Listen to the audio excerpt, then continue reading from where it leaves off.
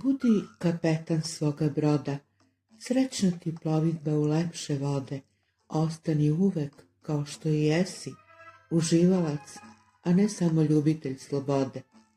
One istinske i duboke, što vodi u predele visoke.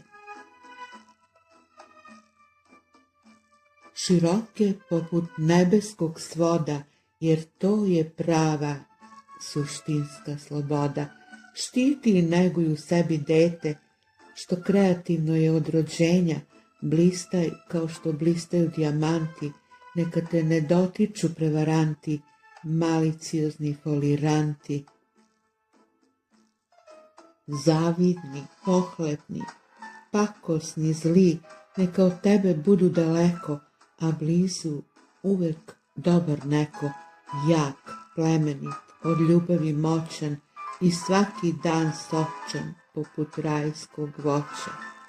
Neka te snaga misli štiti od nekih koji bi da zavire u nedopustive neke okvire, a lepe, plemenite, one dobre, bit će za takve poput kobre i štitit će te poput mača, previše beše zbog takvih plača.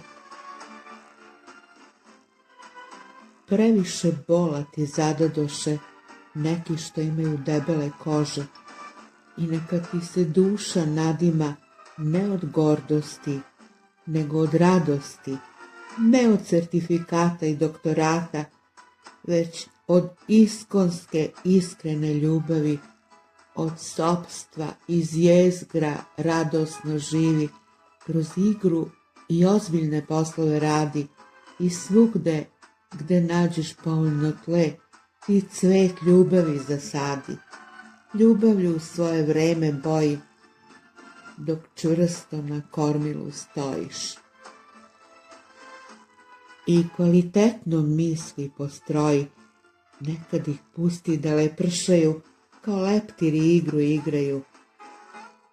Bistrim rekama neka vijugaju i ne dopusti da ih prljaju, kako foni i ukini dopuštenje, ne daj da ti stvaraju zagađenje, neka ti dobri vetrovi duvaju, kosmičke moći sreću daruju.